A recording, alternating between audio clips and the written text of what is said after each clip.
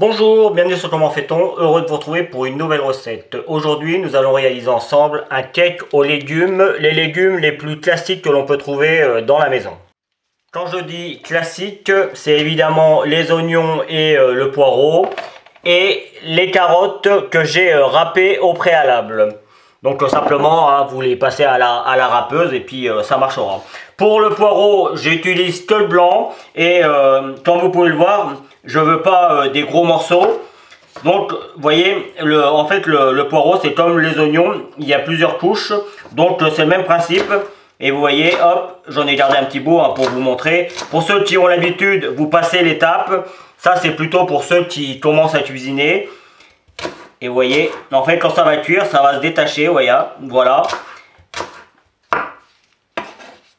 Donc là, hop, ça c'est pour le poireau. Et puis même principe pour l'oignon, vous voyez, j'en ai gardé un petit morceau. Alors on va plutôt faire comme ça, parce que sinon il va glisser. Et vous voyez, c'est parti. Et là, même principe que pour le poireau, ça va se détacher quand ça va se cuire. Donc, dans une casserole, j'ai préparé environ 10 g de beurre et 10 g d'huile d'olive. Alors on pourrait mettre de l'huile de colza ou de l'huile de tournesol, ça marcherait aussi très bien. Je vais allumer tout ça et je vais faire suinter dans un premier temps les oignons avec le poireau et je rajouterai dans un deuxième temps les carottes. Et le temps que ça refroidira, on pourra préparer la recette de base du cake. Quand le beurre et l'huile sont bien fondus et que vous voyez ça commence à crépiter un petit peu, hop, c'est le moment. Alors, je ne le précise pas mais ça paraît évident, on nettoie, on lave le poireau au préalable. Je préfère le préciser quand même si certains diront bah oui ça paraît évident. Quand on commence à cuisiner, il arrive parfois que ces petites étapes nous échappent. Et même s'ils viennent du magasin, on a l'impression qu'ils sont propres, mais c'est bien de les renettoyer quand même. Et là, vous voyez, je vais venir intégrer la matière grasse à mes oignons et à mon poireau. Et je vais les laisser suinter comme ça. Ils vont devenir un petit peu translucides, voire même un petit peu caramélisés. Et on n'hésite pas à mélanger assez régulièrement. Vous voyez, ça, on peut laisser pendant 3-4 minutes et puis on mélange et ainsi de suite. Comme vous pouvez le voir, les oignons et le poireau a commencé à changer de couleur. Et surtout, le poireau a rendu tout son jus. Donc à partir de ce moment, on peut rajouter les carottes râpées.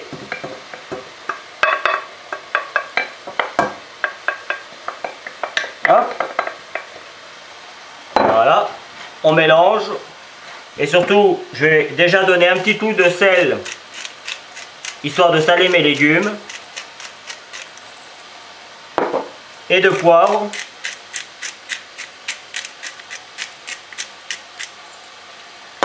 J'en remettrai un petit peu dans ma préparation du cake, mais vraiment juste un petit peu.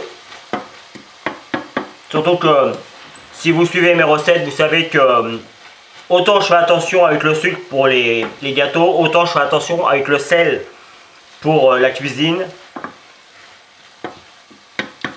Il faut en mettre, mais il ne faut pas exagérer. Donc là, eh bien c'est parti encore pour facilement 10 minutes de cuisson. Ça fait déjà 10 bonnes minutes hein, que les oignons et le poireau cuisent. Allez. C'est parti et on mélange régulièrement. Voilà, ma préparation de légumes est maintenant prête. Alors pour info, j'ai mis 200 g de carottes râpées, enfin 200 g de carottes, 200 g de blanc de poireau et j'insiste sur le blanc de poireau, hein, c'est plus tendre pour le cake, c'est mieux. Avec le vert du poireau, vous pouvez faire une soupe ou du jus de légumes, c'est très bon. Et puis j'ai mis un oignon entier, donc un oignon jaune classique, un gros oignon, hein, j'ai prévu. Donc maintenant, on va faire, le temps que ça refroidisse un petit peu, on va faire la base du cake. Donc, on va prendre 3 œufs que l'on fouette et on va rajouter tous les liquides. Donc moi je mets les œufs, je mets l'huile d'olive.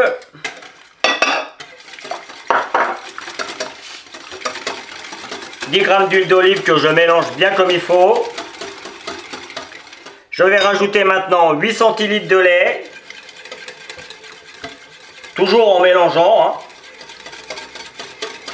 Alors évidemment, ça peut être fait avec un batteur, mais ça se fait très bien à la main. Je vais rajouter également 7 centilitres de vin blanc. Alors rassurez-vous, les enfants peuvent en manger puisque le goût du vin blanc va rester. Mais l'alcool, lui, va s'évaporer pendant la cuisson.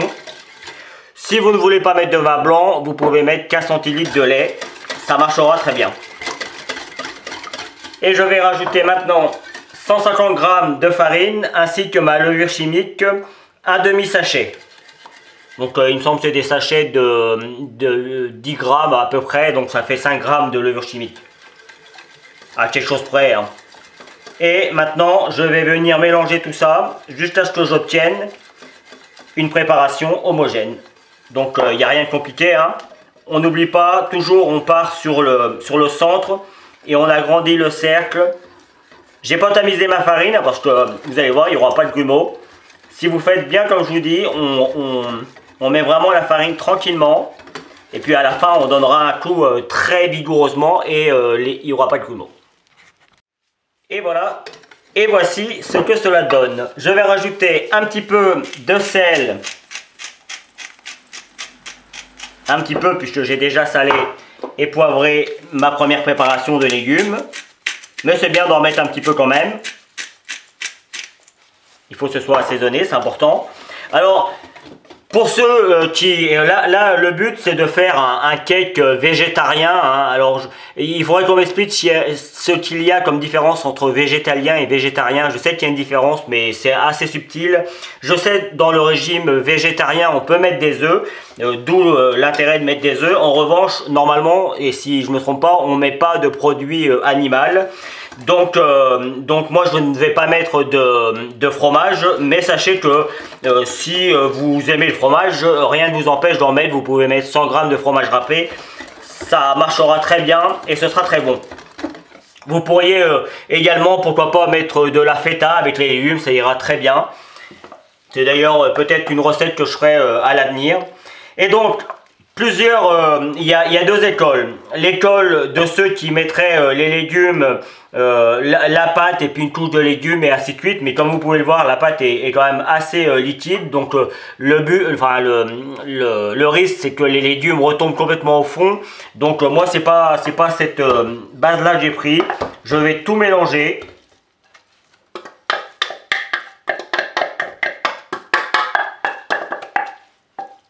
J'aime bien tous les mélanges, moi. J'aime bien que... Il ne faut pas qu'il y ait trop de saveurs. Là, il y a 3 saveurs. Hein. L'oignon, le poireau, oignon et poireau qui se ressemblent. Donc, c'est pas trop gênant. Et puis, les carottes, ça suffit. Après, on pourrait, comme je le disais, oignon et poireau, ça se ressemble. Donc, on pourrait rajouter encore un ingrédient, comme le fromage. Mais il ne faut pas plus. Il faut quand même que quand on déguste le produit... Il faut qu'on ressente, on sait ce qu'il y a dedans. C'est important quand même. Donc 3 c'est bien, 3 ingrédients c'est bien, 4 c'est le grand maximum. Et c'est une base en cuisine, d'ailleurs, c'est une base en cuisine comme en pâtisserie. Si vous faites un gâteau avec 6 couches de crème différentes, vous n'allez plus du tout vous y retrouver. Il m'arrive parfois de faire des bavarois ou des entremets aux 3 chocolats. Alors ça reste du chocolat, donc du coup on arrive à trouver les différences. Mais c'est vraiment limite. D'ailleurs vous verrez, si vous achetez même les glaces dans le commerce, vous verrez qu'il y a rarement plus de 3 parfums, c'est souvent 2 d'ailleurs. Voilà, c'était la petite chose. Mais c'est juste pour, comme je viens de le dire, pour... rester et retrouver les goûts. Hein. Si vous achetez une glace à la noix de coco et que c'est pas du tout ça qui domine, ça va vous embêter. Donc voilà, il faut toujours rester dans les goûts. Sauf si vous aimez tous les mélanges. Alors dans ce cas-là, faites-vous plaisir. Voilà, la préparation est terminée. Il ne nous reste plus qu'à préchauffer le four à 180 degrés, à beurrer un moule et à mettre tout ça dedans. Comme vous pouvez le voir, j'ai bien beurré mon moule parce que moi j'aime bien que la croûte soit croquante. Donc plus vous allez beurrer le moule et plus ça va cuire le dessus et ça va avoir un goût de beurre. Donc voilà, moi j'aime bien ça. On pourrait, si vous avez peur que ça ne se démoule pas correctement, mettre un petit peu, vous mettez un petit peu de farine au fond, une cuillère à café, et puis vous venez tapoter votre moule comme ça pour qu'il y ait de la farine partout et vous verrez vos gâteaux ou vos cakes se démouleront bien mieux. Donc juste avant de remettre tout ça dans mon moule, alors moule qui va être un peu grand je pense, hein. La préparation là c'est plus pour 6 personnes, et mon moule lui il est de 4 personnes, donc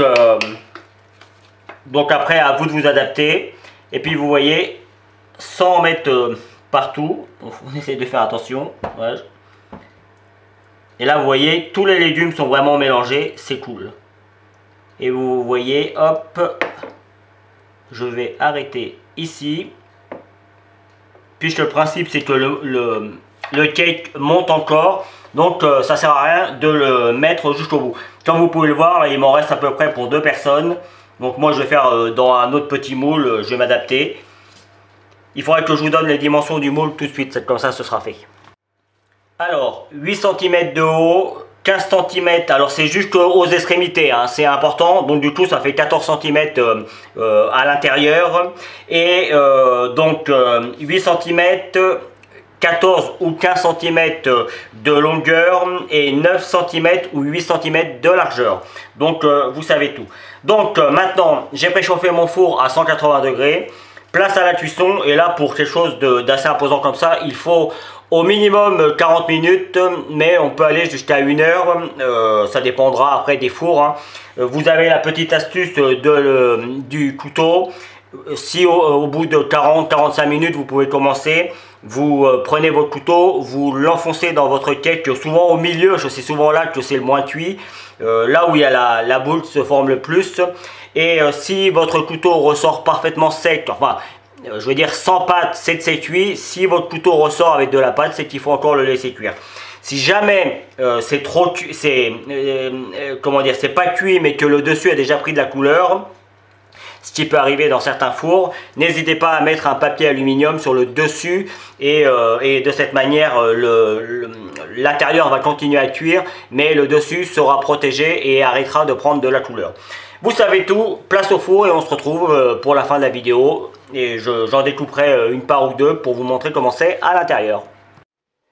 Voilà, la cuisson est maintenant terminée, alors je l'ai laissé refroidir, c'est pour ça qu'il est retombé un petit peu, c'est tout à fait classique avec les cakes, surtout ceux avec beaucoup de légumes comme je viens de le faire.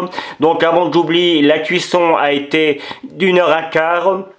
Au bout de 50 minutes, j'ai mis un papier alu comme je vous l'avais dit pour éviter qu'il y ait trop de couleurs, et j'ai attendu qu'il refroidisse pour pouvoir en découper une tranche, et comme vous pouvez le voir, on a un intérieur qui est très moelleux, très fin. On a presque l'impression que c'est pas cuit, mais je peux vous garantir que c'est vraiment cuit. C'est juste que les légumes, enfin le poireau, les oignons, les carottes prennent le dessus sur la pâte, et on a une structure qui est un petit peu différente d'un cake classique avec du jambon et du fromage, mais c'est franchement super bon.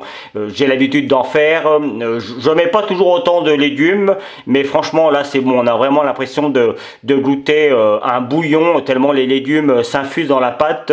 Certes c'est un petit peu moelleux, c'est un petit peu déroutant quand on a l'habitude de manger des cakes classiques, mais je vous garantis, faites-le, faites-vous une idée, et je suis sûr que vous recommencerez la recette parce que vous allez apprécier. Voilà, j'espère que cette nouvelle recette vous plaira. J'ai pris comme toujours beaucoup de plaisir à la réaliser. Vous avez dû voir apparaître tous les liens qui vont vous permettre d'aller sur mes réseaux sociaux. Je ne vous l'explique plus, vous avez l'habitude. Si vous continuez encore un petit peu plus longtemps, ce que je vous invite à faire, vous aurez le lien qui va vous permettre de vous abonner. Celui d'aller sur mon site www.commenfaitton.com où vous allez avoir une grande partie de mes recettes. Et je vous donne 2 autres recettes de cake tout aussi simples à faire que celui-ci. Merci pour votre fidélité. À bientôt sur Comment fait-on. Salut! Vous pouvez vous abonner maintenant à ma chaîne YouTube, c'est ici. N'oubliez pas la petite cloche pour les notifications. Vous avez également le lien qui va vous amener sur mon site www.commentfaiton.com où vous retrouverez l'ensemble de mes recettes. Et je vous donne 2 autres recettes ici qui vous seront très utiles. À bientôt sur Comment Fait-on.